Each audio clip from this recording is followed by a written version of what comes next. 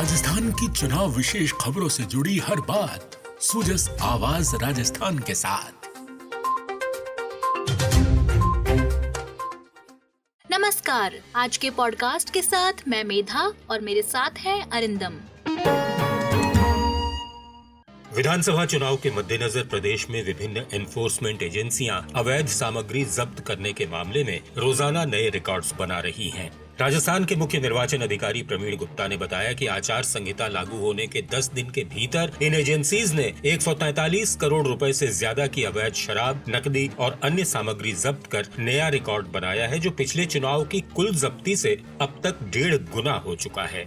65% जब्तियां police द्वारा की गई हैं। साथ में जो नारकोटिक्स एंड ड्रग विभाग है उनके द्वारा की गई है। फिर फ्रीबीज में SGST ने अच्छा कार्य किया है। एक्साइज और पुलिस ने मिलकर 13 करोड़ की शराब भी जो इलीगल है, विदाउट लाइसेंस, विदाउट ड्यूटी है या पंजाब से आ रही है, इस तरह की लिकर को जब्त किया है। इसके लिए हमारी 2000 से ऊपर फ्लाइंग स्क्वाड्स लगी हुई है। ये सीजर्स जो हमने 9 दिन में प्राप्त किए हैं। पिछले 2018 में हमारा जो सीजर्स था वो 70.76 करोड़ था। इस बार हम उसको 9 दिनों में ही हम उनसे 1.5 गुना हो गए हैं। तो आने वाले दिनों में चुनाव तक, आचार संहिता 5 तारीख तक है, 5 दिसंबर तक, तो हमारा प्रयास होगा कि जो भारत निर्वाचन आयोग का मैंडेट है कि कोई भी इलीगल कार्य है जिसका इलेक्शन में प्रयोग हो सकता है, उसके लिए प्रभावी कार्रवाई की जाएगी। मुख्य निर्वाचन अधिकारी ने ये भी जानकारी दी कि अंतिम मतदाता सूची का प्रकाशन 4 अक्टूबर को हो चुका है। फिर भी मतदाता सूची में शामिल होने से वंचित रहे पात्र 27 अक्टूबर तक अपना नाम जुड़वा सकते हैं। वे वोटर लिस्ट में घर बैठे अपना नाम भी VHA ऐप के जरिए चेक कर सकते हैं। निर्वाचन विभाग 7 नवंबर को अंतिम मतदाता सूची का प्रकाशन करेगा। उन्होंने ये भी बताया कि प्रवासी भारतीय फॉर्म 6A के तहत आवेदन कर मतदाता सूची में शामिल होकर लोकतंत्र के महापर्व में अपना योगदान दे सकते हैं।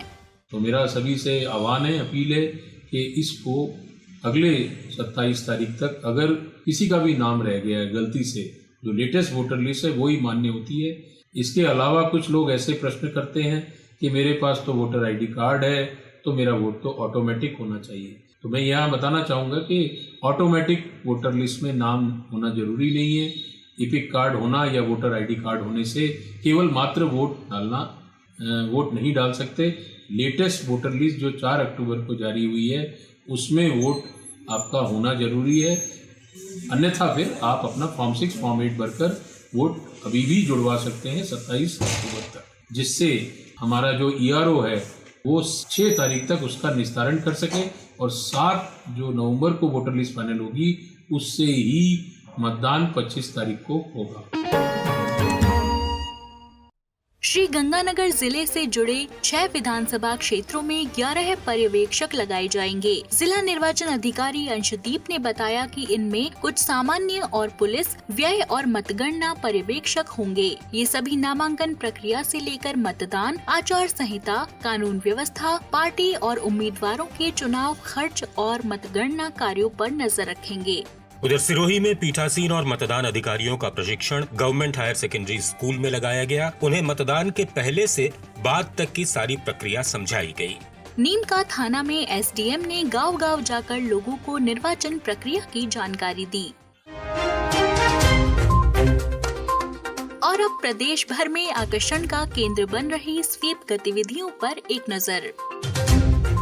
फलौदी में RSLDC ने रैली निकाली तो यहीं के बाप उपखंड में रंगोली और मेहंदी प्रतियोगिताएं हुई। सांचौर के शिक्षण संस्थानों में बच्चों ने बाल हट कार्यक्रम के जरिए आम जन से 100% मतदान करने की अपील की। बूंदी में छात्राओं ने हाथों में मेहंदी रचाकर मतदान करने का संकल्प लिया। डूंगरपुर के DEO लक्ष्मी नारायण मंत्री ने स्थानीय बोली में बना चुनाव मतदाता जागरूकता गीत लॉन्च किया।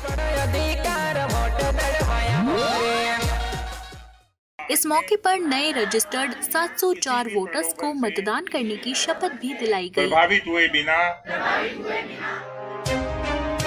सुजस आवाज की परवाज आज इतने ही। कल मिलने के वायदे के साथ आपसे लेते हैं इजाजत। आप भी रखिएगा इस वायदे का ध्यान कि 25 नवंबर को जरूर करना है मतदान। नमस्कार।